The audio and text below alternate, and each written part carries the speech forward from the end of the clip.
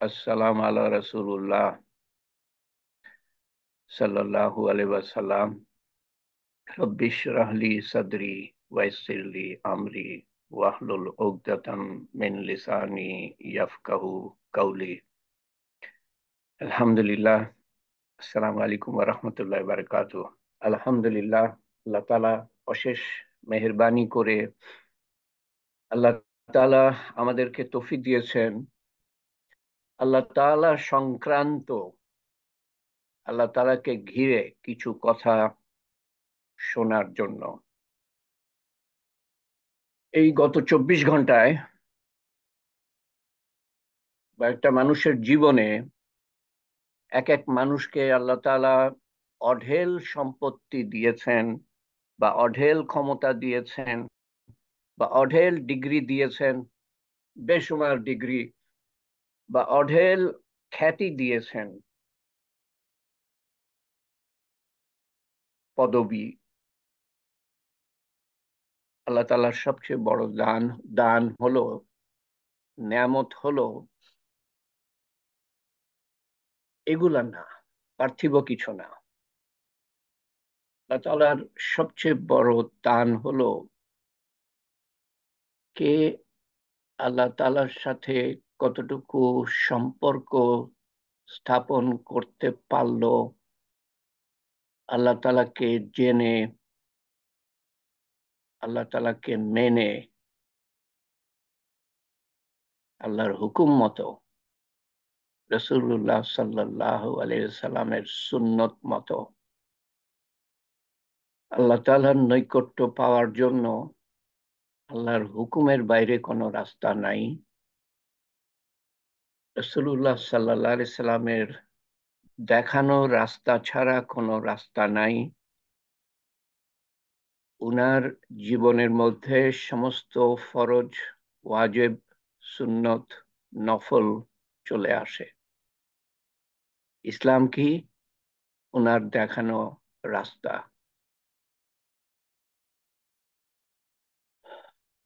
তা আমরা বিভিন্ন বিষয়, ইসলামের বিভিন্ন বিষয় নিয়ে গত 4 বছর আলাপ করেছি। আল্লাহ তাআলা তৌফিক দিয়েছেন, অন্যান্য হালকায়ও আমি আলাপ করেছি, কিন্তু নিয়মিত কোনো হালকায় হজ সম্বন্ধে আলাপ করি নাই। গত বছর বা তার আগেও হতে পারে করেছি, কিন্তু নিয়মিত হালকায় না। যারা হজে যাবে তাদের জন্য বিশেষভাবে। এবারও সেইভাবেই করতাম,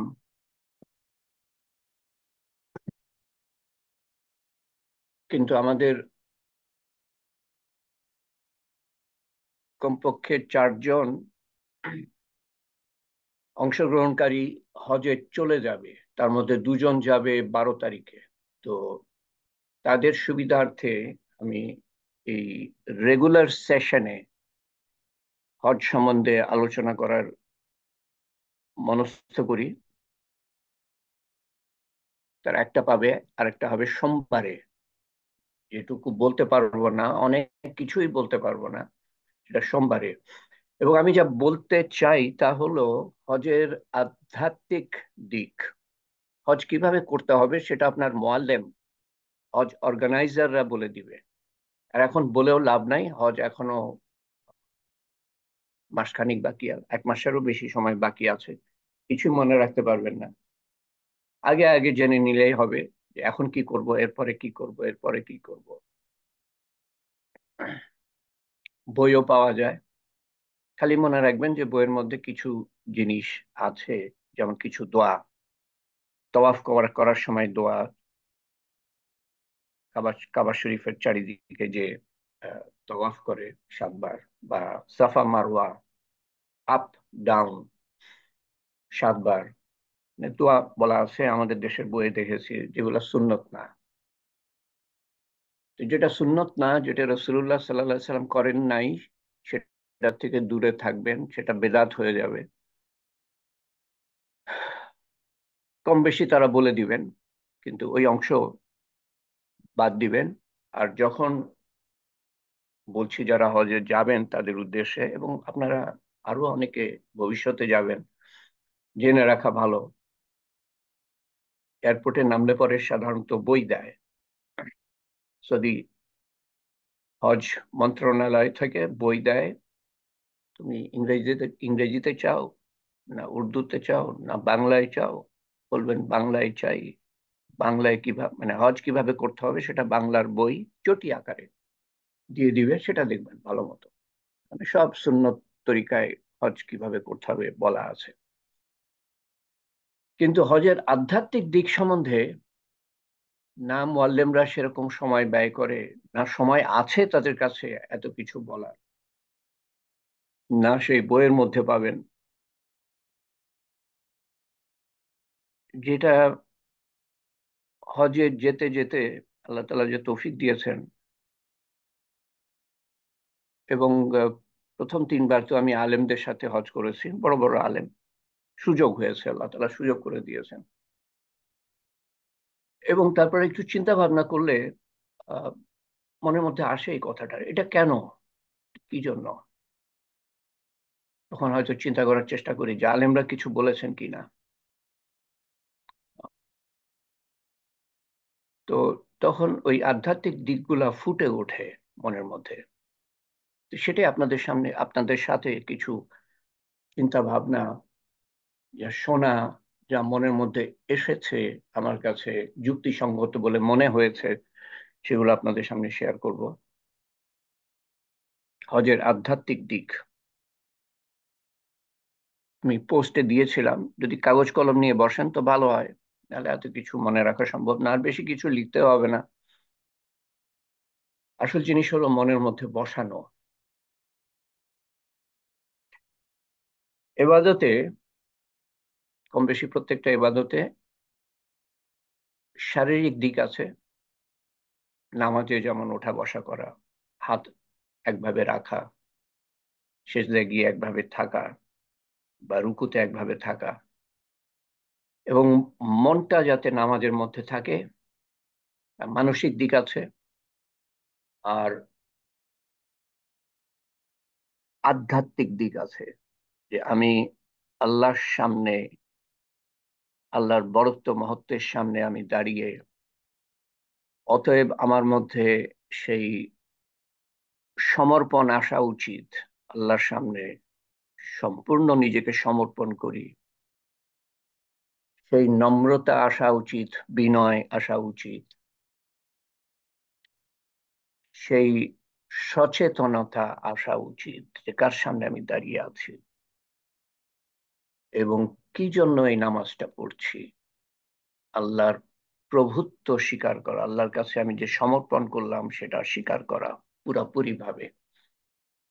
আমার আমার খেয়াল খুশি না, শয়তানের চালবাজি না, মানুষের কুমন্ত্রণা না, দুনিয়ার ধোকায় আকর্ষিত হব না, আল্লাহর হুকুম, সেটার সামনে আমি ঝুঁকে গেলাম।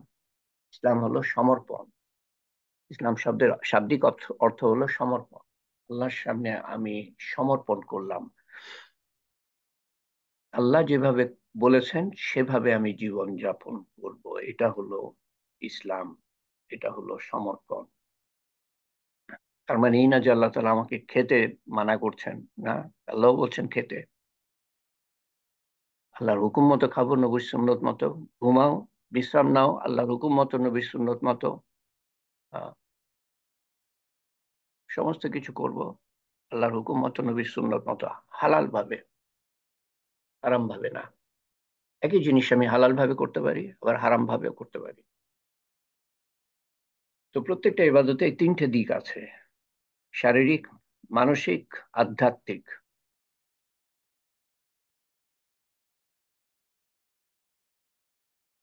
তো কেউ নামাজ পড়ে হয়তো এক সময় মনটা আল্লাহর প্রতি রুজু, এক সময় দুনিয়ার কথা চিন্তা হচ্ছে, কিন্তু চেষ্টা করছে আল্লাহর দিকে রুজু করতে। এই সংগ্রামটা অত্যন্ত গুরুত্বপূর্ণ। এটা হবে আমাদের মধ্যে, আমরা দুনিয়ার মধ্যে মিশে থাকি 24 ঘন্টা। তো তার মধ্যে 5 বার নামাজে দাঁড়াবার চেষ্টা করি। তো মনটা আল্লাহ দুনিয়া, আল্লাহ দুনিয়া, এর মধ্যে দোদুল্যমান থাকবে। কিন্তু সবসময় যেন চেষ্টা থাকে যে আল্লাহর দিকে, আল্লাহর সামনে দাঁড়িয়ে আছি, আল্লাহর দিকে আমি রুজু হই। এবং নিয়ত, একমাত্র, এই শব্দটা খেয়াল করেন, একমাত্র আল্লাহর ওয়াস্তে করছি। আল্লাহর ওয়াস্তে করছি সেটা না।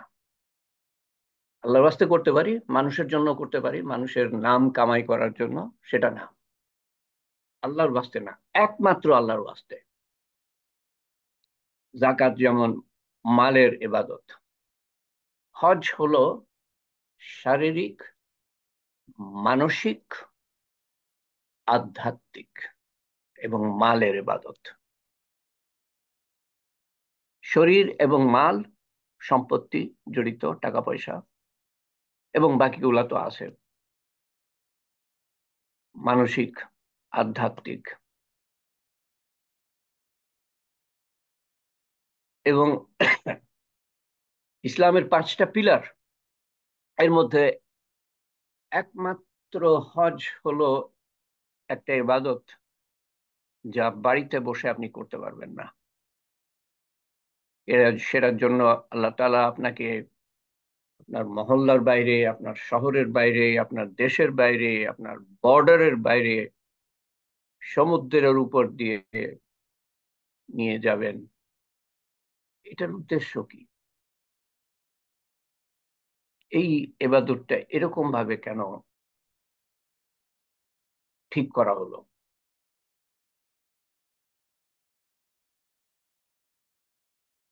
একটু চিন্তা করি আমরা। একটা মানুষ তার গ্রামের 10 কিলোমিটারের বাইরে সারা জীবন সে গেলই না, আল্লাহর সৃষ্টির সম্বন্ধে তার এক ধরনের ধারণা হবে। সেই ধারণাটা সেই 10 কিলোমিটারের মধ্যে কি আছে, কি দেখেছে, সেটার মধ্যেই সীমাবদ্ধ থাকবে। আর একটা মানুষ দেশ দেশান্তর গেল আল্লাহর কথা চিন্তা করতে করতে। আল্লাহ তাআলা বলেন, দেখো আমার সৃষ্টি, দেখো তোমরা, সেখান থেকে শিক্ষা নাও, আল্লাহ সম্বন্ধে ধারণা নাও। তো যেই লোকটা দেশ দেশান্তর গিয়ে আল্লাহর সৃষ্টি দেখবে, তার কিন্তু আল্লাহ সম্বন্ধে ধারণা অন্যরকম হবে। সে শুধু আল্লাহর বিচিত্র সৃষ্টি দেখবে না, বিচিত্র মানুষ দেখবে, বিচিত্র রকমের মানুষ। এবং সবচেয়ে অদ্ভুত ব্যাপার হলো, এই যে 800 কোটি মানুষ আছে এখন বর্তমানে, এক একটা মানুষের সাথে আরেকটা মানুষের কোনো দিক দিয়েই মিল নাই। হাঁটা চলা থেকে শুরু করে, চিন্তার ধারা থেকে শুরু করে, কোনো দিক দিয়ে মিল নাই। এত অদ্ভুত সৃষ্টিকারী, আপনার মতো মানুষ আল্লাহ তাআলা আজ পর্যন্ত সৃষ্টি করেন নাই, আগামী কিয়ামত পর্যন্ত সৃষ্টি করবেন না। আপনার মতো শরীরের বিভিন্ন অংশের গঠন থেকে শুরু করে, চুলের আকার থেকে শুরু করে, চোখের ঢেউ থেকে, ভ্রুর ঢেউ থেকে শুরু করে, কোনো কিছুর সাথে কারো কোনো মিল ছিল না, আজকে বা ভবিষ্যৎ, এখন নাই, ভবিষ্যতে হবে না। এবং এই যে আল্লাহর বরত্ব মহত্ব সম্বন্ধে ধারণা নেওয়া, আমরা কিভাবে নিতে পারি? এক হলো কোরআন শরীফ পড়ে, এক হলো হাদিস পড়ে, আরেক হলো যে বড় বড় মনীষীদের বই থেকে, ইমাম গাজ্জালী যেমন। তারপর আরেক হলো যে আল্লাহর সৃষ্টি দেখে। আমি আমার বাড়ির আশেপাশে, গ্রামের আশেপাশে 10 কিলোমিটার দেখে আল্লাহ সম্বন্ধে ধারণা নিলাম, আর আমি দেশ দেশান্তর ঘুরে আল্লাহ সম্বন্ধে ধারণা নিলাম। কোনটার মাধ্যমে আমি আরো ব্যাপক ধারণা নিতে পারবো? এবং এটা বিরাট এক ইবাদত, আল্লাহর সৃষ্টি সম্বন্ধে বা আল্লাহর সম্বন্ধে, আল্লাহর বরত্ব মহত্ব সম্বন্ধে, আল্লাহর সিফাত সম্বন্ধে চিন্তা ভাবনা করা বড় ইবাদত। তো এই ধারণাটা আমরা নিতে পারবো না যদি আমি আবদ্ধ থাকি আমার ইয়ের মধ্যে, গণ্ডির মধ্যে। তবে হ্যাঁ, এই সাথে আমার এটাও বলা উচিত যে যার সেই অর্থ বল নাই এবং শারীরিক বল নাই, তার জন্য হজ ফরজ না। কিন্তু যার জন্য ফরজ, তার জন্য অত্যন্ত জরুরি। হজের আহ, যে ফজিলত, লাভ, না করলে ক্ষতি, এটা সম্বন্ধে আগামীবার বলবো, এইবার না। এবং আরেকটা উদ্দেশ্য হলো যে কেন আল্লাহ তাআলা নিয়ে যান ওই মক্কায়, ওই আরব দেশে, আপনাকে দেখাতে চান সেই অদ্ভুত জায়গাটা, অত্যন্ত উত্তপ্ত জায়গা। আজকাল বাংলাদেশ অনেক উত্তপ্ত হয়ে গিয়েছে, এবং সেই ধুধু মরুভূমির জায়গা, মক্কার চারিদিকে পাহাড়, একসময় ছিল ধুধু, এখন তো লোকে লোকারণ্য, বিল্ডিং এ বিল্ডিং এ ভর্তি। তো একসময় একেবারে ধুধু মরুভূমি, পাহাড়িয়া এলাকা, যেখানে আল্লাহ তাআলা হুকুম দেন এক নবীকে, ইব্রাহিম আলাইহিস সালামকে, যে তোমার স্ত্রী হাজেরা এবং তোমার সন্তান, শিশু সন্তান, তখন কোলের শিশু ইসমাইলকে রেখে আসো, অমুক জায়গায় রেখে আসো। উনি চলতে চলতে, উনারা চলতে চলতে রেখে আসলেন ওই জায়গায়, যেখানে বুঝতে পারলেন যে হ্যাঁ এইখানেই রাখতে বলা হয়েছে, এবং মক্কা শরীফে এবং কাবা শরীফের ওখানে, বর্তমানে যে কাবা, একটা দুটো গাছ হতো, তাছাড়া কিচ্ছু নাই, লোক নাই, মানুষ নাই, পানি নাই, খাবার নাই। কিছু খাবার সহ রেখে আসলেন। এবং আলেমরা বলেন যে আল্লাহ তাআলা হুকুম দিয়েছিলেন যে তুমি বলবা না, কথা বলবা না। উনি রেখে চলে আসছেন, আর স্ত্রী বিবি হাজেরা পিছনে দৌড়ালেন, আপনি চলে যাচ্ছেন কেন, চলে যাচ্ছেন কেন, কথা বলছেন না কেন? এক সময় উনি বললেন যে আল্লাহ তাআলা কি নিষেধ করেছেন বলতে? উনি শুধু মাথা হ্যাঁ হ্যাঁ বললেন। মাথা দ্বারা হ্যাঁ না বলতে তো আল্লাহ তাআলা নিষেধ করেন না, কথা বলতে নিষেধ করেছেন। তখন বিবি হাজেরা, অদ্ভুত ঘটনা কিন্তু, কেন আল্লাহ আল্লাহ তাআলা কি লাভ? হ্যাঁ, তোমার স্ত্রীকে রেখে আসো, তোমার সন্তানকে রেখে আসো এমন জায়গায় যেখানে মারা যাওয়া ছাড়া কোনো উপায় নেই, পানি নাই, ছায়া নাই ঠিক মতো। আর ওই যে যে গাছ ছিল তখন, হয়তো দুই একটা, সেই গাছ কোনো ছায়াই দিতে পারে না। আল্লাহ তাআলা কি লাভ? কিন্তু বিবি হাজেরা বললেন, আল্লাহ যদি বলে থাকে তাহলে আমি চিন্তা করি না, আল্লাহ দেখবেন, আল্লাহ তাআলা আমাদের দেখবেন, মানে ভরণ পোষণ করবেন। ইব্রাহিম আলাইহিস সালাম চলে গেলেন, কোনো প্রশ্ন না করে, যে আল্লাহ তুমি এটা কি একটা অদ্ভুত একটা হুকুম দিলা, এর পিছনে যুক্তি কি? এরকম কোনো কথা নাই। সেই জায়গা দেখাতে চাচ্ছিলাম। এখন এখন দেখে বুঝতে পারবেন না। আহ, আমি এটা বর্ণনা দিতে পারছি কারণ কেউ কিভাবে যেন একটা ছবি এঁকেছিল, ওই ধুধু ধুধু মরুভূমি, উপত্যকা, উপত্যকা তো না, কি বলে, ভ্যালি বলে ইংরেজিতে। পাহাড়ের মানে পাহাড় থেকে নিচের দিকে একটা জমির মতো, কিন্তু চারিদিকে পাহাড়, ভ্যালি, একটা দুটো গাছ এখানে আঁকা ছিল। এটা এটা মানে কোনো আহ, আহ, সত্যতার সাথে কোনো মিল আছে, মানে মিল আছে বলে মানে আমরা আশা করতে পারি না, কিন্তু একটা ধারণা আপনি পেতে পারেন যে কিরকম ধুধু এলাকা, জনমানব শূন্য। তো সেখানে আল্লাহ তাআলা ওনাকে রক্ষা করলেন। আমার উদ্দেশ্য এটা না, এই ঘটনা নিশ্চয়ই অন্য অন্য জায়গায় শুনেছেন আপনারা ঘটনা বলা। আহ, কিন্তু এটা এই জন্য একটু স্মরণ করানো দরকার যে আমাদের কি শিক্ষা পাওয়া উচিত। এই যে আধ্যাত্মিক দিক সম্বন্ধে আমি বলার চেষ্টা করছি, অন্যভাবে বলা যেতে পারে যে আমরা এই যে হজ করলাম বা করব, তারপর আসবো, বা যারা করেছি এবং ফিরে এসেছি, আমাদের কি শিক্ষা আমরা নিয়ে আসলাম। হজ হয়তো হয়ে গেল, কিন্তু তাতে আমার জীবনের পরিবর্তন নাও আসতে পারে। আমার জীবনে তো পরিবর্তন আসা উচিত, আর নাহলে এত কষ্ট করে, মানে কি কষ্ট কল্পনা করতে পারবেন না। সেই কষ্টের জন্য প্রস্তুত হয়ে যান, যে অসীম ধৈর্য নিয়ে আমি যাব, যা কিছু হোক না কেন আমি কোনো প্রতিবাদ করব না, কারোর সাথে কোনো ঝগড়া বিবাদ করতে যাব না, এবং কোনো অশ্লীল কথা বলবো না, এবং যৌন মিলন তো প্রশ্নই ওঠে না। তিনটে কথা কোরআন শরীফে বলা আছে।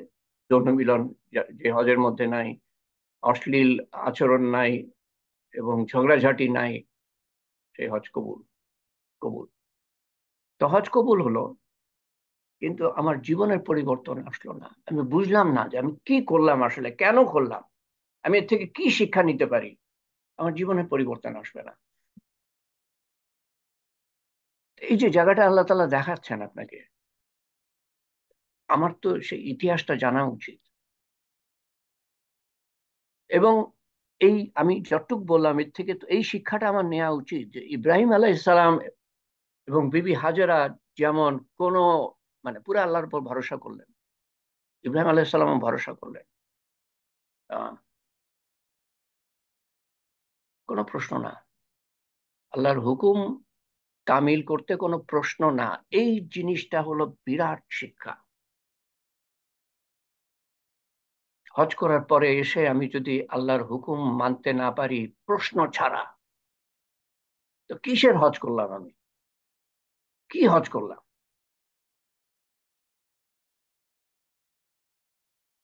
আমি মক্কায় গেলাম এবং আমি এই শিক্ষাটা পেলাম না যে আল্লাহ তাআলা লালন পালন করেন যেখানে কোনো মানব জনবসতি, কৃষি কাজ নাই, সেখানেও আল্লাহ তাআলা, পানি নাই সেখানেও আল্লাহ তাআলা লালন পালন করতে পারেন।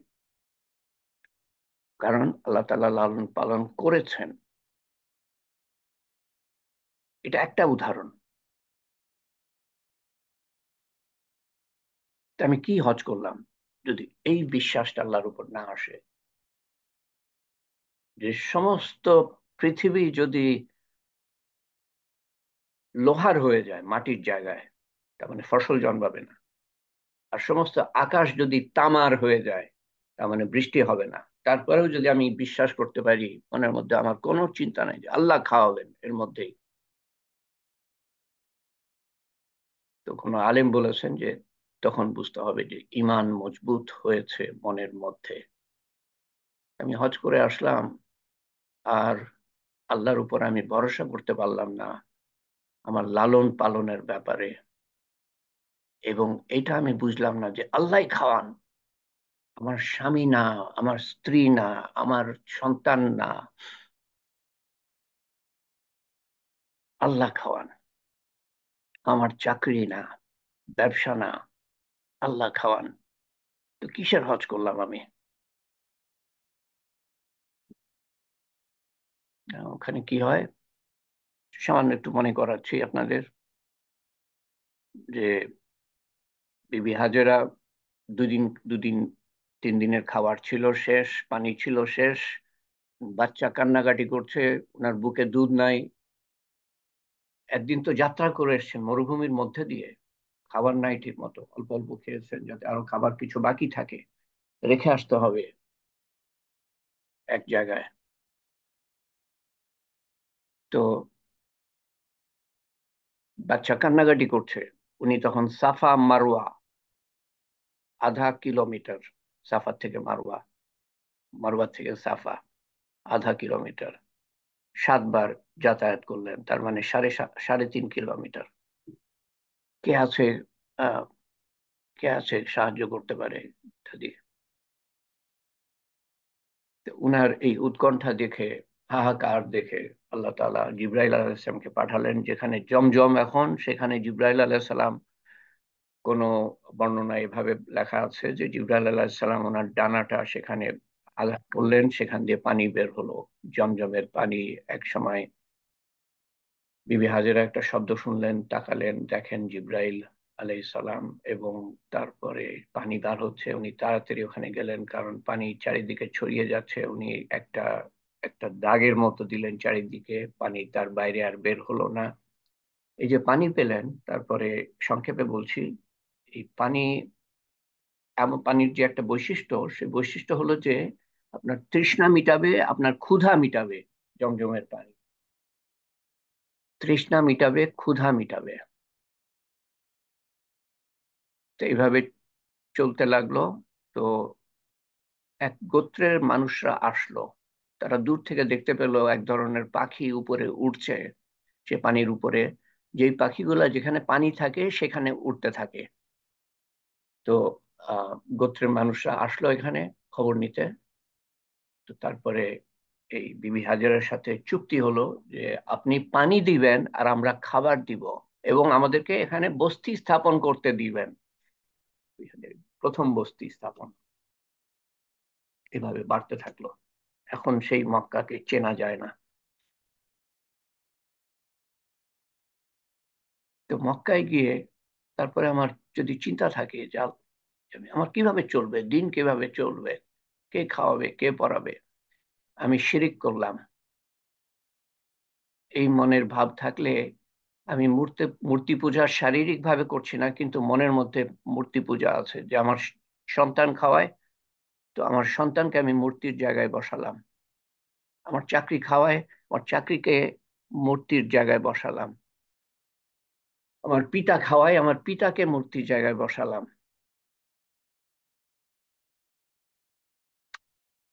এই মূর্তি পূজা দূর করার জন্য প্রত্যেকটা নবী এসেছিলেন। তো সেই জায়গা আল্লাহ তাআলা দেখাতে চান, যেখান দিয়ে 0.5 কিলোমিটার প্রসারিত জায়গা, যেই সাফা এবং মারওয়া থেকে বিবি হাজেরা দৌড়াদৌড়ি করেছিলেন উৎকণ্ঠার সাথে, কোথায় পানি পাবেন, উনি খুঁজছেন পানি কোথায় আছে।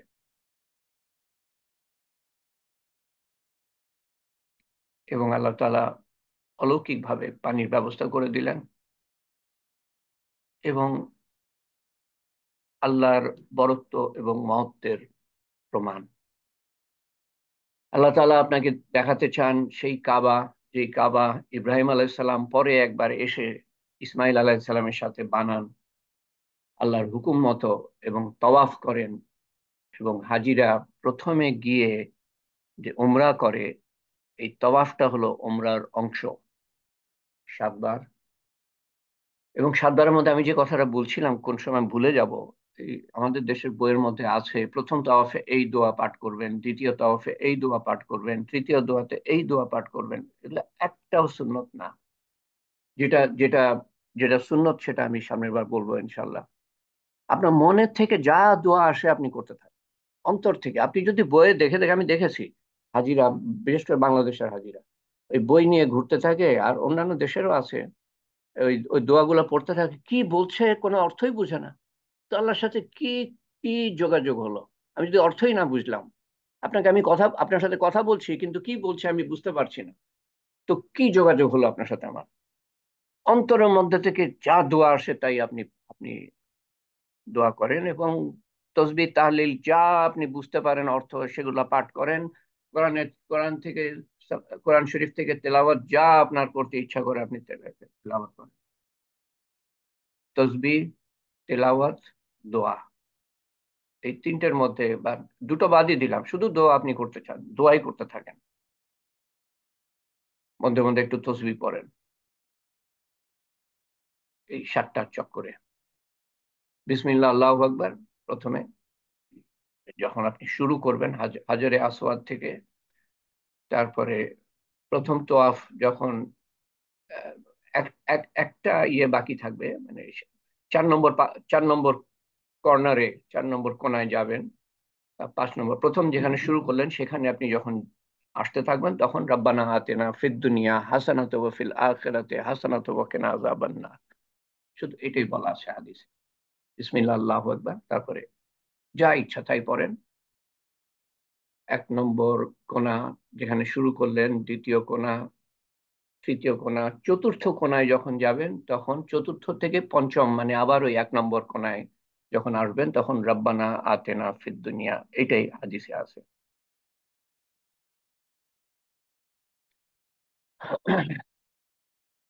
তো ইব্রাহিম আলাইহিস সালাম যখন কাবা ঘর বানালেন ইসমাইল আলাইহিস সালামের সাথে, তখন এখন যে বর্তমান কাবা এটা না, এর মধ্যে ইয়ে ধ্বংস হয়েছে, আবার বানানো হয়েছে। তো এই ধরনের কিছু একটা বানালেন। তারপরে আল্লাহ তাআলা, এবং উনি তওয়াফ করলেন, যে তওয়াফ আমাদের করতে হবে। করতে হবে যারা হজে যাবেন। এবং তারপরে ওই যে সাফা মারওয়া, 7 বার সাফা মারওয়া। তো দেখেন ইব্রাহিম আলাইহিস সালাম এবং ওনার স্ত্রী যা করেছিলেন তাই আমরা গিয়ে করি। এটা হলো উমরাহ।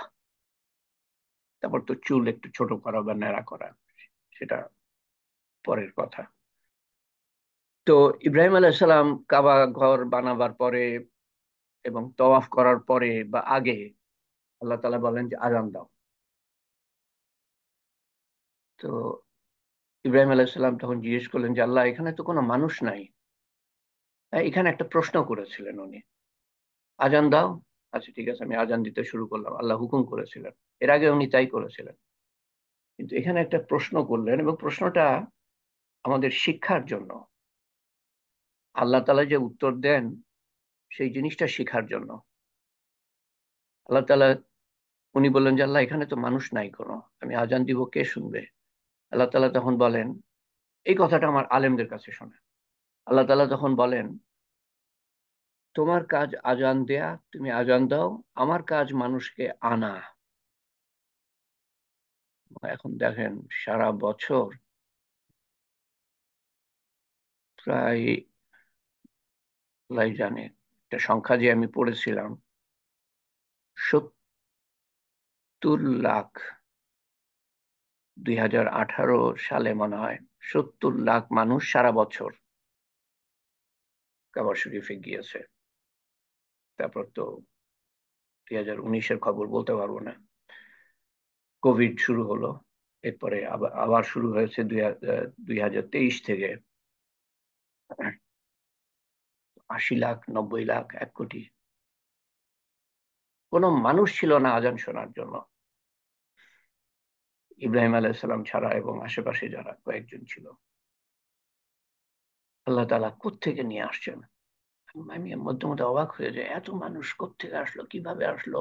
এমন মানুষ দেখেছি যাদের আসার কোনো, আমি চিন্তা করে পাই না যে এরা কিভাবে আসলো। সারা জীবনের সঞ্চিত ধন, ধন সঞ্চয় করে এমন মানুষ দেখেছি, দেখে আমার চোখ দিয়ে পানি চলে এসছে। হাঁটতে পারে না, গড়িয়ে গড়িয়ে যাচ্ছে, ছেঁচড়ে ছেঁচড়ে যাচ্ছে, তাওয়াফ করছে। তো এগুলোর দ্বারা যদি আল্লাহ তাআলার কুদরত এর সম্বন্ধে যদি আমাদের ধারণা না হয়, আল্লাহ কি না পারেন, যিনি লক্ষ লক্ষ মানুষকে নিয়ে আসছেন সারা বছর ধরে। তো কি হজ বা ওমরা করলাম আমরা? আমি যদি ওখানে সেলফি নিয়ে ব্যস্ত থাকি আর কথা, সেলফোন দিয়ে কথা বলছি, আমি এখন এটা করছি, আমি এখন এটা করছি, তা আমি চিন্তা করার সময় পাবো কি করে? যে ছবি উঠাবা না, আল্লাহ তাআলা বলছেন ছবি সৃষ্টি করবা না, ছবি তৈরি করবা না, আর আমি সেখানে গিয়ে আল্লাহর হুকুম অমান্য করছি। একটা কথা মনে রাখবেন, মক্কা শরীফে এক একটা আমল লক্ষ দিয়ে গুণিত হয়। আপনি নামাজ পড়েন 1 রাকাত, 1 লক্ষ রাকাত নামাজের সওয়াব পাবেন। আল্লাহকে ডাকেন একবার, 1 লক্ষ বার আল্লাহকে ডাকার সওয়াব পাবেন। 1 ওয়াক্ত নামাজ পড়লে 1 লক্ষ ওয়াক্ত নামাজ পড়ার সওয়াব পাবেন। 1 লক্ষ ওয়াক্ত নামাজ পড়তে আপনাকে 55 বছর বেঁচে থাকতে হবে অন্য জায়গায়। এরকম জায়গায় আপনি যাচ্ছেন। কিন্তু এটাও মনে রাখবেন, যখন গোনা করবেন সেই গোনাও সেভাবে গুণিত হবে। সেলফোন যোগাযোগের মাধ্যম, এর মধ্যে ক্যামেরা দিয়ে আপনাকে ধ্বংস করে দিয়েছে। কিয়ামতের দিন সবচেয়ে বড় শাস্তি হবে, হাদিসে বলা আছে এবং সহিহ হাদিস, তাদের যারা ছবি তৈরি করত, সেটা একে হোক আর ক্যামেরার মাধ্যমে। ক্যামেরার মাধ্যমে যে ছবি তৈরি হয় না, সেটা আরো নিখুঁত। আঁকেন, আঁকলে অত নিখুঁত হয় না। আপনি আল্লাহ যে সৃষ্টিকর্তা, সেই কাজটা আপনি আপনি করছেন। আপনি কিছু সৃষ্টি করতে চাচ্ছেন, জীব, জীব সৃষ্টি, জান দিয়ার মালিক হলো আল্লাহ তাআলা। তো কিয়ামতের দিন আল্লাহ তাআলা বলবেন, এই যে তুমি ছবি তৈরি করেছো, সৃষ্টি করেছো, জান দাও। জান তো দিতে পারবে না, শাস্তি শুরু হবে, এবং হাদিসে বলা আছে সবচেয়ে বেশি শাস্তি। তো আমি মানুষকে দেখেছি এই ছবি নিয়ে ব্যস্ত থাকে, কথা, হয় হয় ছবি তুলছে, অথবা অথবা কথা বলছে। এই ধরনের রিফ্লেকশন, চিন্তা ভাবনা কোত্থেকে আসবে? কি হজ করব আর আমি কি নিয়ে যাব এত টাকা খরচ করে, এত কষ্ট করে?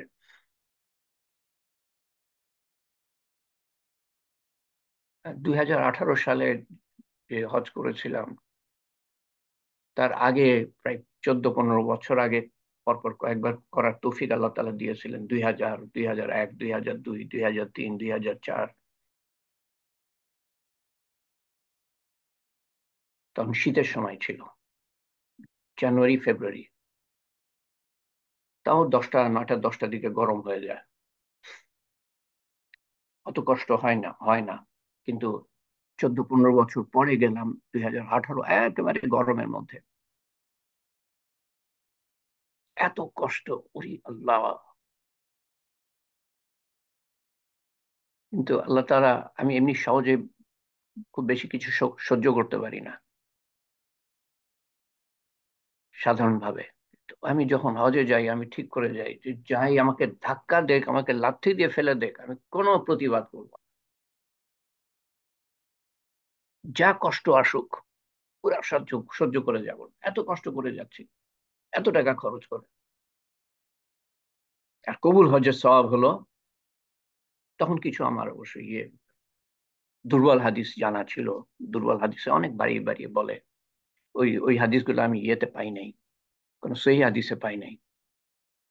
সেই জন্য আমি বলছি না, কারণ বহুত সওয়াবের কথা বলা আছে, মানে সেই জন্য আমি বলছি না, আমি আমাকে অবশ্যই আমাকে সহ্য করতে হবে।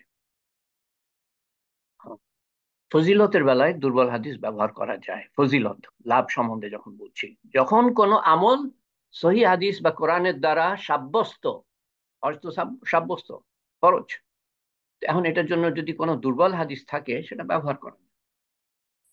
কিন্তু আমি বলতে চাচ্ছি না, বহুত সওয়াবের কথা বলা আছে। কত মানুষকে, মানে কত সব মানুষকে বেহেশতে, মানে সুপারিশ করে বেহেশত, আল্লাহর হুকুমে অবশ্যই, বেহেশতে নিতে পারবে। একেবারে মন ঠিক, আমি ঠিক করে যাই, যত কষ্ট হোক আমি সহ্য করে যাব। এবং আমি এটা এই জন্য বলছি যে এটা আমার কাছে অদ্ভুত লাগে, এত কষ্ট করার পরে আমি মনের মধ্যে ঠিক করেছিলাম যে আর আমি হজে আসবো না। 2018 পরে আর আমি হজে আসবো না, একেবারে মনস্থ। অবাক লাগলো, 2019-এ আমি হজে হাজির। আমি আসবো না ঠিক করেছিলাম, 2000 পরের বছর আমি আবার হজে হাজির। আমি বুঝলাম না যে এটা কিভাবে হলো। তারপর তো কোভিড শুরু হয়ে গেল, আর তো যাওয়া হয়নি।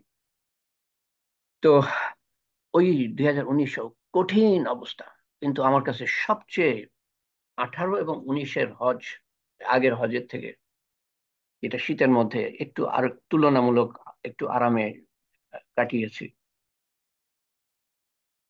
এই কষ্টের মধ্যে যে হজ, আমার কাছে আরো বেশি, এক তো বলবো আনন্দদায়ক, আর দ্বিতীয়ত বলবো যে আমার কাছে মনে হয়েছে যে আমার জন্য ফজিলতপূর্ণ ছিল। আল্লাহ তাআলা ভালো জানেন। তারপরে আল্লাহ তাআলা আপনাদেরকে দেখাতে চান, যারা হজে যাবেন, সেই জায়গা যেখানে আল্লাহ তাআলা ইব্রাহিম আলাইহিসসালামকে হুকুম দিয়েছিলেন ওনার সন্তানকে কোরবানি করার জন্য, জবাই, একেবারে জবাই, যেভাবে আপনারা কোরবানি করেন। এবং উনি সেইভাবেই কোরবানি করতে কোনো প্রশ্ন ছাড়া করতে প্রস্তুত হয়েছিলেন। কিন্তু যখন কোরবানি করতে, এবং ইসমাইল আলাইহিসসালামকেও বলা হয়, ওনার কোনোই আপত্তি ছিল না, আপনি আল্লাহর হুকুম মান্য করেন, আমাকে বাধ্য সন্তানের মধ্যে পাবেন, দেরি করবেন না, চোখ বেঁধে আমাকে কোরবানি করেন, কারণ চোখ খোলা থাকলে আমার চেহারা দেখলে আল্লাহর হুকুম অমান্য করে ফেলতে পারেন। এরকম বাধ্য সন্তান, এরকম বাধ্য পিতা। আহ, এবং ইসমাইল আলাইহিসসালামের কাছে এক সময় যখন কোরবানি করতে নিয়ে যাচ্ছে, শয়তান এসে বলে, এই তোমার পিতা তোমাকে কোরবানি করবে, জবাই করবে, তুমি যেও না। ইসমাইল আলাইহিসসালাম পাথর পাথর মারে। যেই যেই জায়গায় পাথর মারে, সেই সেই জায়গায় আমরা পাথর মারি। যারা হজে যায় সেই সেই জায়গায় পাথর মারি।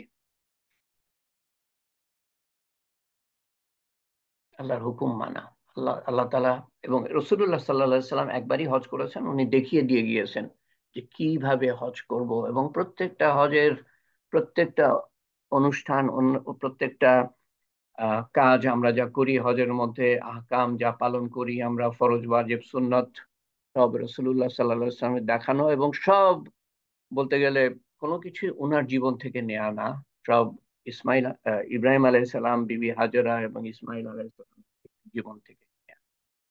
এটা সম্বন্ধে সামনের বার আলাপ করবো আরো বিস্তারিত। তো এগুলা সম্বন্ধে চিন্তা ভাবনা মনের মধ্যে এগুলো আনা জরুরি হজের মধ্যে। নাহলে আমরা কিভাবে শিক্ষা পাবো?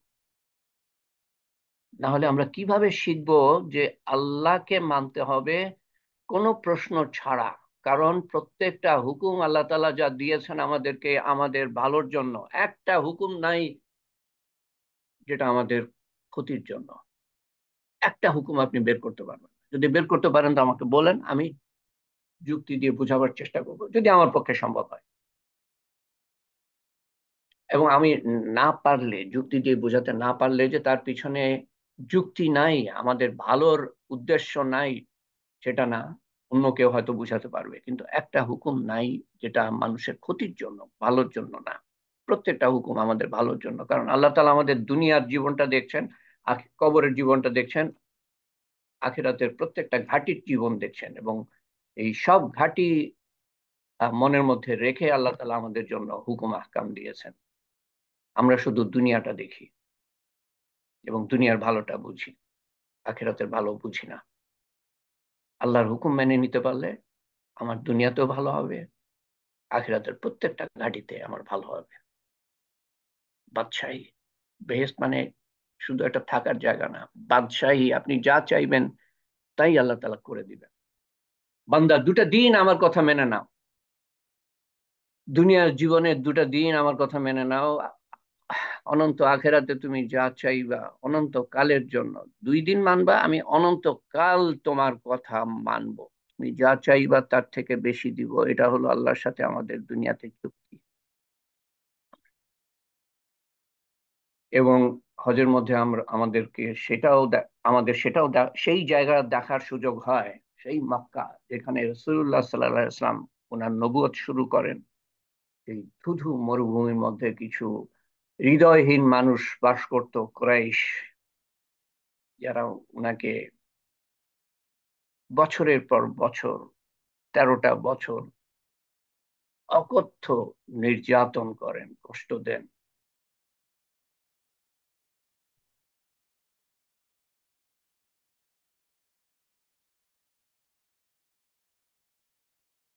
তো আমরা গিয়ে এই সুযোগটা পাই ওই কথা চিন্তা করা, যে কিভাবে দিন প্রতিষ্ঠিত হয়েছিল, কি ধরনের ত্যাগ স্বীকার করতে হয়েছিল।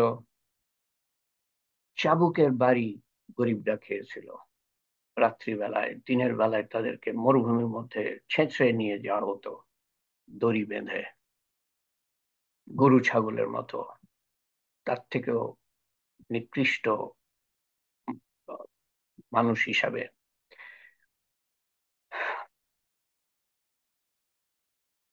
জ্বলন্ত সূর্য উপরে এই নির্যাতন কেউ কেউ সহ্য করতে পারে নাই, দেহ ত্যাগ করে দুনিয়া থেকে চলে যায়।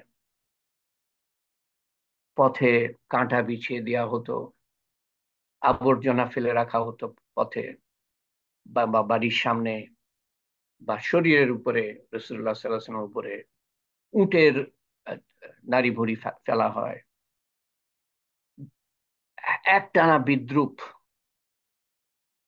পাথর মারা, রক্তাক্ত করে দেওয়া, শরীর রক্তাক্ত হচ্ছে, এদিকে অন্তর তো প্রতি মুহূর্তে রক্তাক্ত হচ্ছে, যে রক্ত দেখা যায় না। উনার কষ্ট, উনার সাহাবাদের কষ্ট, উনার এক কন্যা মক্কা থেকে মদিনায় হিজরত করতে গিয়ে যে জখম করা হয়, হযরত জাইনব রাদিয়াল্লাহু আনহা সেই জখমের পরে কয়েক মাস পরে ইন্তেকাল করেন। তারপরে মদিনায় যান, তারপরে মদিনায় একের পর এক আক্রমণ, মুসলমানদের নিজেদেরকে আত্মরক্ষা করতে হয়, যুদ্ধে যেতে হয় তাদের আক্রমণ প্রতিহত করার জন্য। একের পর এক যুদ্ধ, অষ্টম হিজরি পর্যন্ত চলতে থাকে। অনেক শহীদ, অনেক আহত, অনেক বিধবা, অনেক এতিম, অনেকে সন্তান হারায়, অনেকে ভাই হারায়, অনেকে আত্মীয় স্বজন হারায় এই কুরাইশদের আক্রমণে। বারংবার অষ্টম হিজরিতে মক্কা বিজয়, 10,000 মুসলমান সৈন্য যখন আসলো মক্কার উপরে, ঝাঁপিয়ে পড়লো কোনো যুদ্ধ ছাড়া মক্কা বিজয়। এই যে 21 বছর, তার আগে 21 বছর গিয়েছে, 21 বছরের অকথ্য নির্যাতন এবং হত্যা, যুদ্ধে হত্যা বা যুদ্ধের বাইরে অত্যাচার করে হত্যা। মক্কাবাসী তখন প্রস্তুত, আমাদের উপর তো প্রতিশোধ নেওয়া হবে। রাসূলুল্লাহ সাল্লাল্লাহু আলাইহি সাল্লাম সাধারণ ক্ষমা ঘোষণা করলেন। তারা অবাক, তারা মৃত্যুর জন্য প্রস্তুত। এই লোককে এত কষ্ট দিয়েছি, এর সাহাবাদের এত কষ্ট দিয়েছি, এর চাচার আহ, এর চাচাকে হত্যা করে তার তার বুক চিরে কলিজা বের করে আমরা খেয়েছি, এর মেয়ে কন্যাকে হত্যা করেছি, এর আত্মীয় স্বজনকে হত্যা করেছি আমরা, আর কত কষ্ট দিয়েছি, কত নির্যাতন। 21 বছর। এখন তো আজকে তো মৃত্যু, আমাদের মৃত্যু অনিবার্য। সাধারণ ক্ষমা শুনে তারা থ হয়ে যায় এবং দলে দলে ইসলাম গ্রহণ করে। অবশেষে অবশেষে চাঁদ দ্বিখণ্ডিত করে দেখানো হয় এবং তারপর আরো কত অলৌকিক ঘটনা দেখান। তোমরা কি দেখলে পরে তোমরা মানবা যে আমি নবী? চাঁদ দ্বিখণ্ডিত করো, করেন, চাঁদ দ্বিখণ্ডিত করে, আল্লাহর হুকুমে চাঁদ দ্বিখণ্ডিত করে, আরো কত কিছু দেখ। মুসলমান হয় নাই, এমন হৃদয়হীন মানুষেরা, অবিবেচক। কিন্তু এই মাফ করা যে কত বড় জিনিস, আল্লাহ তাআলা চান যে আমরা এটা দেখি এবং এর থেকে শিক্ষা গ্রহণ করি। মাফ করার সম্বন্ধে আল্লাহ তাআলা কোরআন শরীফে অনেকবার বলছেন মাফ করো, আবার এটাও বলছেন যে খারাপের বদলা ভালোর দ্বারা দাও, খারাপের বদলা ভালোর দ্বারা দাও, বারবার বলছেন। ইসলাম শিখলাম না আমরা, ইসলামের সৌন্দর্য জানলাম না, মানলাম না, দুনিয়া নিয়ে ব্যস্ত থাকলাম, এলেম শিক্ষা করার সময় নাই আমার, কোত্থেকে শিখবো। এবং তারপর কি করলেন রাসূলুল্লাহ সাল্লাল্লাহু আলাইহি ওয়াসাল্লাম? মক্কা বিজয়ের পরে কাবাকে 360টা মতো যে মূর্তি ছিল তা তা পরিষ্কার করে ফেললেন, সব মূর্তির ধ্বংস। কাবা পরিষ্কার পবিত্র, এক আল্লাহর ঘর। সেই থেকে আজ পর্যন্ত কাবায় কোনো মূর্তি নাই, কিন্তু মূর্তি আছে আমাদের অন্তরে। এ সম্বন্ধে পরে বলবো।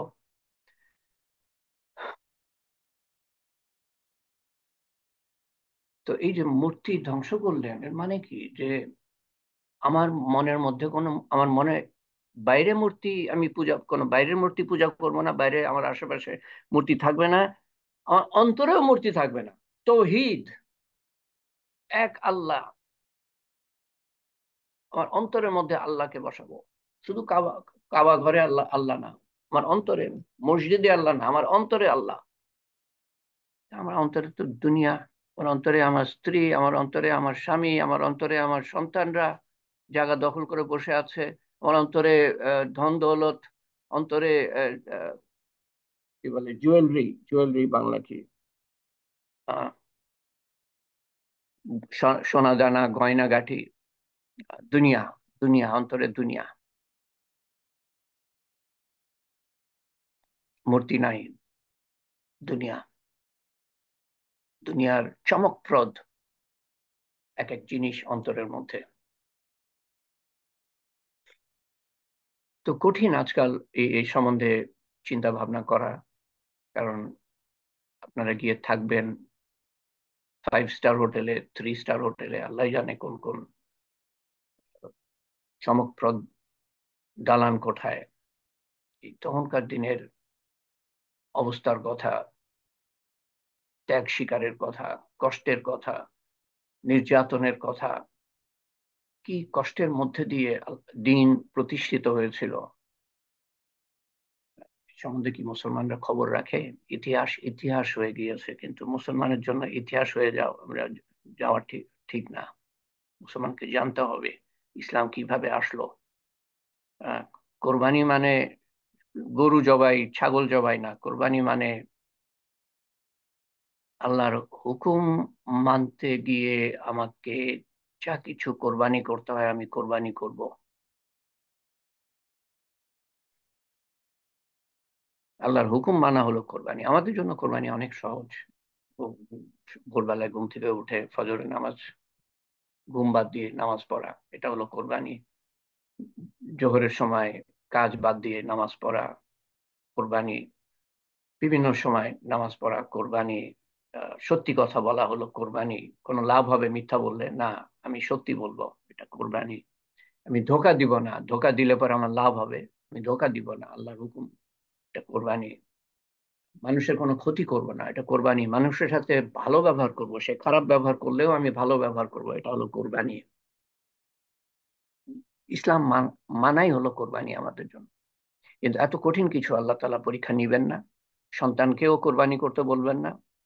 আহ, আর ওই যে চাবুক খেয়েছিল বেলাল রাদিয়াল্লাহু আনহু, আম্মার রাদিয়াল্লাহু আনহু, খাব্বাব রাদিয়াল্লাহু আনহু ইসলামের জন্য, এটাও আমাদের সহ্য করতে হবে না। আহ, দিনের মোটা মোটা ফরজ ওয়াজিব সুন্নত এগুলো পালন করতে হবে, এবং এবং দিন প্রতিষ্ঠা করার চেষ্টা করা। দিন প্রতিষ্ঠা করেছেন, বাস দিন প্রতিষ্ঠিত হয়ে গেছে। দিন যদি প্রতিষ্ঠিত হয়ে থাকে তো আমার অন্তরে কিভাবে আম, মূর্তি জায়গা নিয়ে থাকে? দুনিয়া হোক সেটা, আহ, বা আমার চাকরি, বা আমার আমার সন্তান, বা আমার পরিবার পরিজন, অন্তরে কিভাবে থাকবে? অন্তরে তো আল্লাহর থাকার কথা। পরিবারকে ভালোবাসবো, সন্তান সন্ততিকে ভালোবাসবো, কিন্তু অন্তর হবে আল্লাহর জায়গা।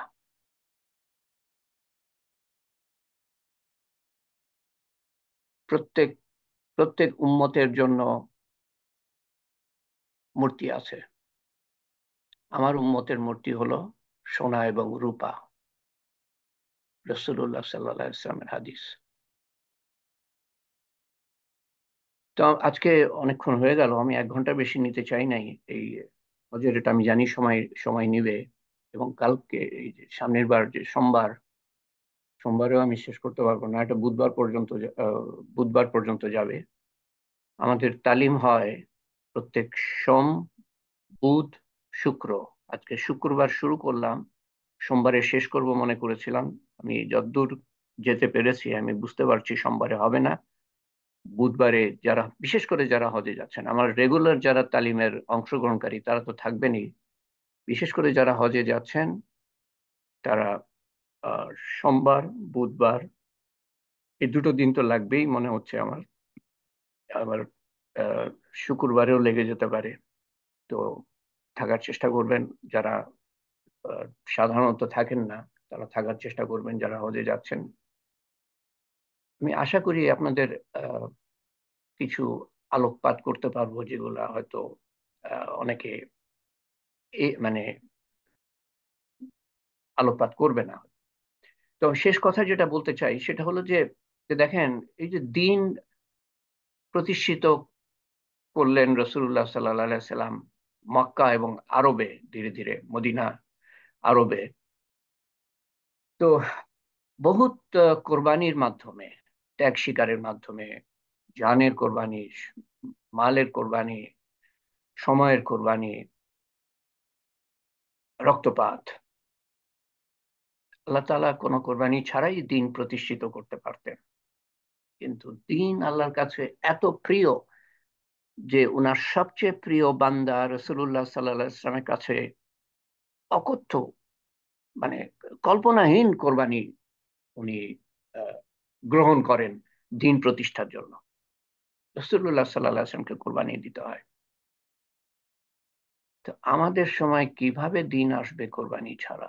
তাহলে ওরকম কোরবানি আমাদের করতে হবে না, কিন্তু কোরবানি করতে হবে যাতে করে মানুষ দুজকের আগুন থেকে বাঁচতে পারে এবং বেহেশতে যেতে পারে। সেটার জন্য দাওয়াতের মেহনত কমপক্ষে এটা তো আমরা করার চেষ্টা করি, দাওয়াত পৌঁছে দেওয়া। আপনি একটা বাণী জানলে পরে আপনার উপর জরুরি সেটা পৌঁছে দেয়, একটা বাণী, কিন্তু একটার বেশি জানেন, তাহলে আপনাকে যে আখ্যায়িত করা হয়েছে,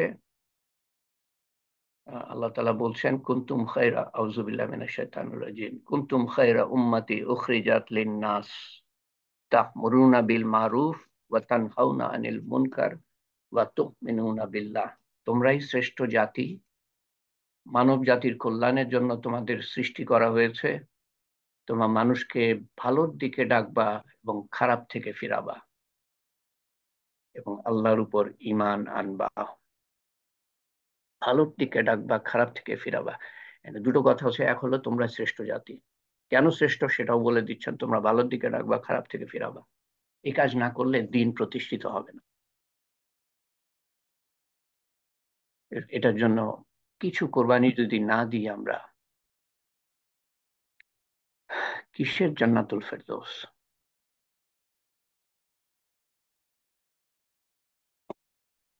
আজকে খতমে কোরআনের দোয়া আছে। সময় আমি তো যেহেতু বেশি নিয়ে ফেলেছি, নাম পাঠ আজকে শুক্রবার করে থাকি, গত শুক্রবার আমি ভুলে গিয়েছিলাম। যারা ইন্তিকাল করেছেন তাদের নামটা আজকে পড়লাম না, আজকেও পড়লাম না। আল্লাহ জানেন আমার আমার আমার লিস্টে কি নাম আছে না আছে। যারা অসুস্থ তাদের নামও আমি পড়লাম না সময়ের খাতিরে। আমার সময় আছে, আমার জুম্মার নামাজ, আমার এখানে জুম্মার নামাজ এখনো বাকি আছে, জুম্মার নামাজের সময় আছে। কিন্তু আপনাদের অনেকের সময় নাই আমি জানি, তাদের যেতে হবে, ঘুমাতে হবে। তো কি করব বুঝতে পারছি না।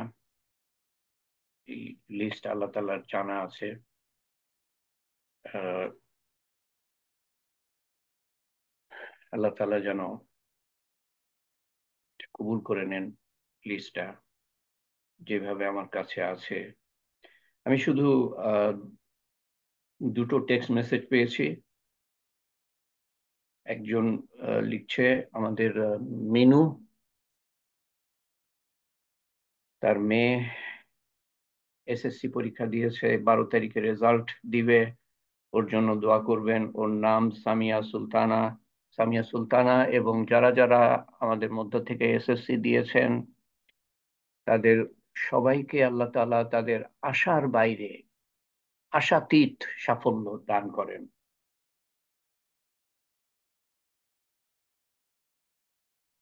এবং দ্বিতীয় মেসেজটা আমাদের দিলরুবা সুলতানাত থেকে। এটা গতবার পাঠিয়েছিল তালিমের আগে, কিন্তু আমি খেয়াল করিনি ওটা, অনেক দেরিতে। অনেক দেরিতে ঠিক না, একটু দেরিতে। তো মেসেজটা এরকম: আম্মা, এই কয়দিন দিলরুবা সুলতানা আম্মার কথা বলছে যে এই কয়দিন ফেরদৌসি, দিলরুবা সুলতানার বোন ফেরদৌসি কানাডায় থাকে, অসুস্থ, হাসপাতালে ছিল। ও তালিম হালকার প্রতিটি রোগীর জন্য একটি কোরআন খতম দিয়েছেন। অত্যন্ত ভাগ্যের কথা আমাদের, বিশেষ করে যারা অসুস্থ তাদের জন্য কোরআন খতম দিয়েছেন দিলরুবা ও ফেরদৌসির মাতা, যিনি আমাদের তালিম হালকায় নিয়মিত অংশগ্রহণ করেন। এক খতম কোরআন। এছাড়া এই জানুয়ারি মাসের 7 তারিখের পর হতে মোট 8টি কোরআন খতম করেছেন। আমি সেটা কোনো ক্রমে ভুলে যাই, আমাকে বলতে ভুলে যায়। আজ সেগুলো বকশে দেওয়ার জন্য আম্মা অনুরোধ করেছেন আমাদের জন্য দোয়া করবেন। তো ফেরদৌসীকে আল্লাহ তাআলা সুস্থতা দান করেন, এবং আমাদের লিস্টে যত জন আছেন অসুস্থ বলে আমার জানা মতে, সীমিত জ্ঞানের মধ্যে, এবং এই এই লিস্টের বাইরে আপনাদের অন্তরে যাদের কথা আছে সবাইকে যেন আল্লাহ তাআলা সুস্থতা দান করেন, এবং আপনাদের অন্তরে যাদের কথা আছে যারা দুনিয়াতে আজ নাই, তাদেরকে আল্লাহ তাআলা জান্নাতুল ফেরদৌস দান। কারো যদি কোনো প্রশ্ন থাকে হজ সম্বন্ধে, তো এই দোয়ার পরে করতে পারবেন। তো আবার আমি বলছি যে সোমবারে আমরা আহ, এবং এবং বুধবার, এই এই 3টে দিন তো লাগবে আজকে সহ, আমরা ইনশাআল্লাহ আলোচনা করব। হজ সম্বন্ধে আমরা নিয়মিত তালিমের হালকায় এই পর্যন্ত আলাপ করি নাই, এর বাইরে আলাপ করেছি, কিন্তু এটা শুধু হাজিদের, এটা হলো সবার জন্য। আল্লাহ তাআলা কবুল করেন। আমার বলার মধ্যে কোনো ভুল হয়ে থাকলে আল্লাহ তাআলা যেন মাফ করে দেন।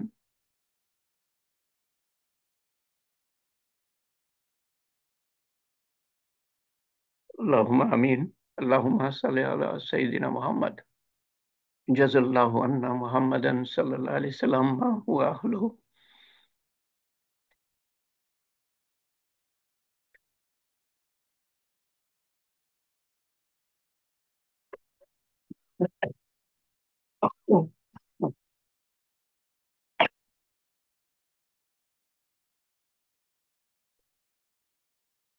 অত্যন্ত ভারী একটা বিষয়, এটা সম্বন্ধে বলার আমার কোনো যোগ্যতা নাই। আল্লাহ তাআলা আমাকে কিভাবে তৌফিক দিলেন আমি নিজেই বুঝে পাই না।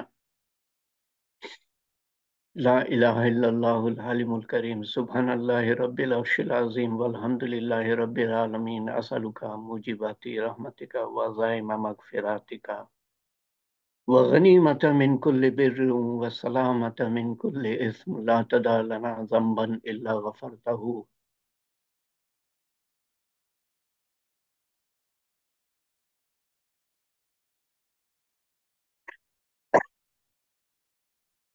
ذنبا إلا غفرته، ولا هما إلا فرجته، ولا مريضا إلا شفيته، ولا دينا إلا قضيته، ولا مجاهدا إلا نصرته، ولا مظلوما إلا نصرته، ولا مسلما إلا رحمته، ولا حاجة هي لك رضا إلا قضيتها يا أرحم الراحمين، يا أرحم الراحمين، يا أرحم الراحمين. اللهم أسألك من خير ما سألك منه نبيك محمد صلى الله عليه وسلم، ونعوذ بك من شر ما استعاذك منه نبيك محمد صلى الله عليه وسلم. أنت المستعان وعليك البلاغ، ولا حول ولا قوة إلا بالله العلي العظيم. ربنا آتنا في الدنيا حسنة وفي الآخرة حسنة وقنا عذاب النار، وقنا عذاب الموت، وقنا عذاب القبر، وقنا عذاب الحشر، وقنا عذاب الميزان، وقنا عذاب البلصيرات، وقنا عذاب المسيح الدجال. اللهم اغفر لي أمة محمد صلى الله عليه وسلم. اللهم ارحم أمة محمد صلى الله عليه وسلم. اللهم احفظ أمة محمد صلى الله عليه وسلم. اللهم اهدي أمة محمد صلى الله عليه وسلم. اللهم اهدنا واهد بنا واهد الناس جميعا. اللهم اغفر لي ولوالدنا. اللهم اغفر لي ولوالدنا وجميع المؤمنين والمؤمنات والمسلمين والمسلمات الأحياء منهم والأموات إنك مجيب الدعوات برحمتك يا أرحم الراحمين. ربنا لا تؤاخذنا إن نسينا أو أخطأنا ربنا ولا تحمل علينا إصرا كما حملته على الذين من قبلنا ربنا ولا تحملنا ما لا طاقة لنا به واعف عنا واغفر لنا وارحمنا أنت مولانا فانصرنا على القوم الكافرين فانصرنا على القوم المنافقين فانصرنا على القوم الظالمين يا فاطر السماوات والأرض أنت ولي في الدنيا والآخرة يا حي يا قيوم يا ذو الجلال والإكرام يا مالك الملك يا رحمن يا رحيم يا مالك يا قدوس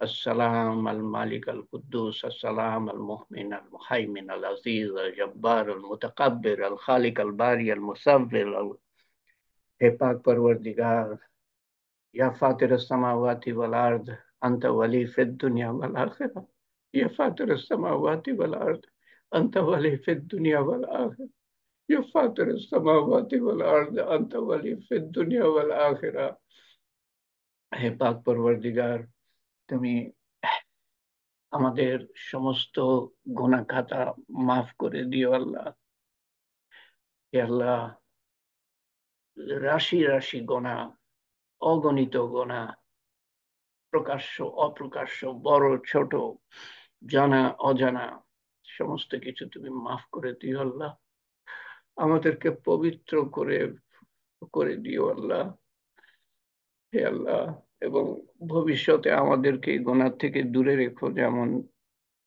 উত্তর থেকে দক্ষিণ তুমি দূরে রাখো আমাদেরকে কবুল করে নিও আল্লাহ আমাদেরকে শয়তানের ধোঁকার থেকে নফসের তাড়নার থেকে মানুষের কুমন্ত্রণার থেকে দুনিয়ার মারাত্মক আকর্ষণ থেকে দূরে রেখো আল্লাহ এক মুহূর্তের জন্য ছেড়ে দিও না তোমার সন্তুষ্টি যেন অর্জন করে এই সংক্ষিপ্ত জীবন থেকে বিদায় নিতে পারি আল্লাহ তোমার সন্তুষ্টি অর্জন করার আগে না আল্লাহ সর্বোত্তম সময়ে সর্বোত্তম দিনে সর্বোত্তম স্থানে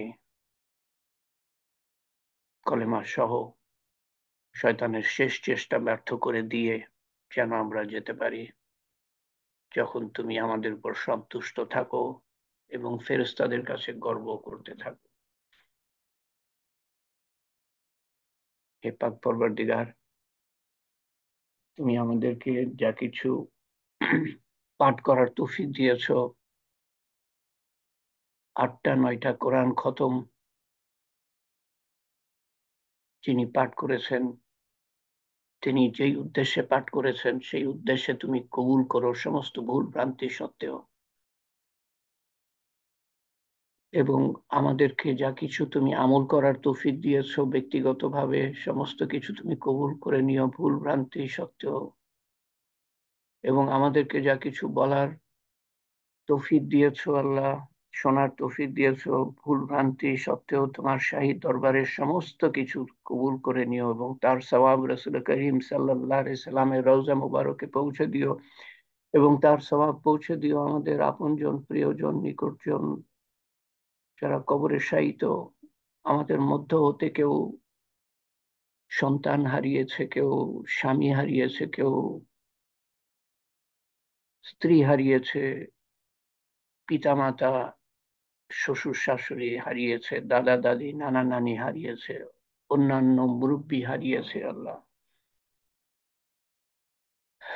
শিক্ষক শিক্ষয়িত্রী পাড়া প্রতিবেশী তথা সমস্ত মুসলমানের কাছে পৌঁছে দিও সমস্ত কিছুর সওয়াব তাদের কবরের আযাব মাফ করে দিও কবরকে প্রশস্ত করে দিও কবরকে নূর দিয়ে পরিপূর্ণ করে দিও কবরকে জান্নাতুল ফেরদৌসের বাগান বানিয়ে দিও তাদের দরজা প্রতিটা দিন উঁচু করে দিও আমরাও কবরে যাব আল্লাহ তুমি আমাদের প্রতিও তোমার সর্বোত্তম ব্যবহার দেখিও কিয়ামতের মাঠে আমরা আমাদের আপনজন সহ উঠব প্রচন্ড উত্তপ্ত দিনে অসহনীয় দিনে তোমার আরশের ছায়া ছাড়া কোনো ছায়া থাকবে না সেই দিন তোমার আরশের ছায়া আমাদের সামান্য ঠাঁই দিও আল্লাহ এবং আমাদের হিসাব সহজ করে দিও আল্লাহ আমাদের দুশ্চিন্তা দূর করে দিও, আমলনামা ডান হাতে দিও, মিজান দাড়ি পাল্লা বসানো হবে, নেকির পাল্লা ভারী করে দিও আল্লাহ। পুলসিরাত পাড়ি দিতে হবে, চোখের পলকে পার করিয়ে দিও আল্লাহ।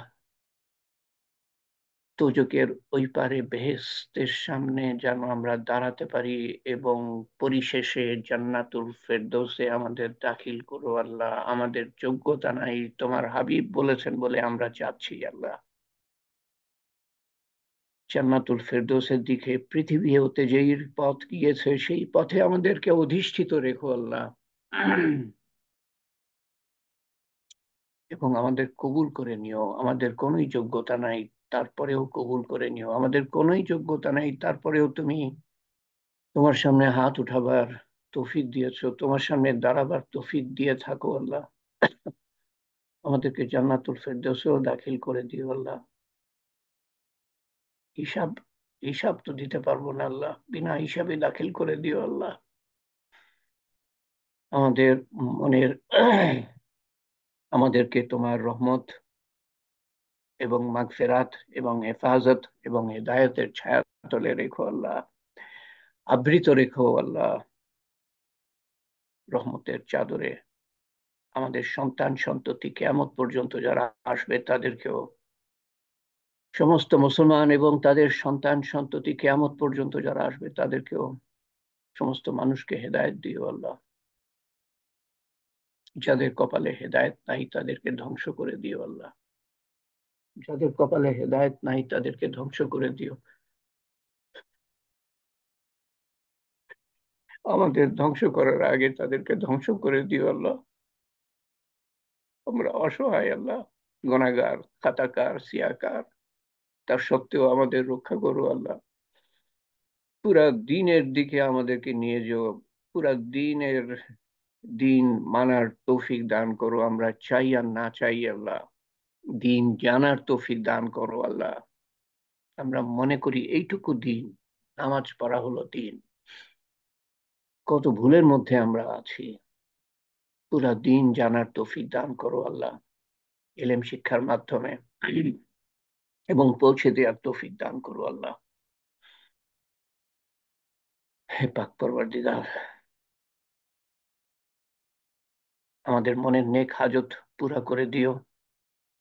আমাদের মনের দুশ্চিন্তা দূর করে দিও, মনের গ্লানি দূর করে দিও, মনের অভাব মিটিয়ে দিও, অসুখ বিসুখ দূর করে দিও। আমাদের অন্তরে যাদের কথা আছে, তারা অসুস্থ বলে বা বিপদগ্রস্ত বলে বা দুশ্চিন্তাগ্রস্ত বলে, তাদের দুশ্চিন্তা বিপদ অসুখ দূর করে দিও আল্লাহ।